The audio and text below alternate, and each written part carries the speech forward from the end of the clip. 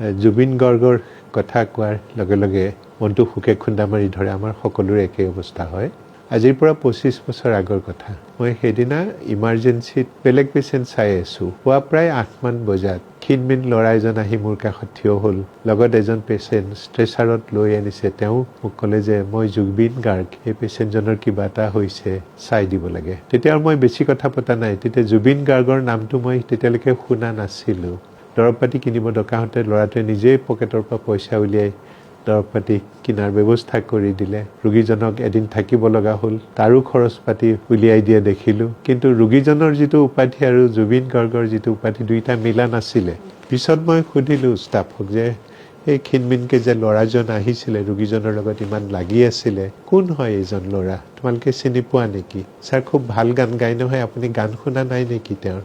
তাৰ কিছুদিন পিছত তেওঁৰ গান কেইটামান মই যেতিয়া বজাই চালোঁ কেছেটত, চাই পেলাই দেখিলোঁ যে he has a god gifted voice. যোৱা 75 বছৰত বিভিন্ন ধৰণৰ গীত শুনিছোঁ, বিভিন্ন ধৰণৰ। কিন্তু জুবিনৰ কণ্ঠত যিবিলাক ভক্তিমূলক গীত, তাৰ যেন পৰিৱেশটোৱে সম্পূৰ্ণ বেলেগ হৈ যায়। এইবিলাক হ'ল বিৰল প্ৰতিভা। These are God gifted genius, no' doubt about it. কিন্তু তেওঁৰ যিখিনি অৱস্থাত বা যেনেধৰণে আমি অকালতে তেওঁক হেৰুৱালোঁ, মই ভাবিলোঁ যে তাৰ কাৰণে গোটেই সমাজ ব্যৱস্থাটোৱে দায়ী। এনেধৰণৰ সমস্যা এটা হৈ থকা এনেকুৱা এজন মানুহক আমি যিমানখিনি যত্ন ল'ব লাগিছিলে, যিমানখিনি ব্যৱস্থা দিব লাগিছিলে, আমি সময়ত সেইখিনি কোনেও নিদিলোঁ।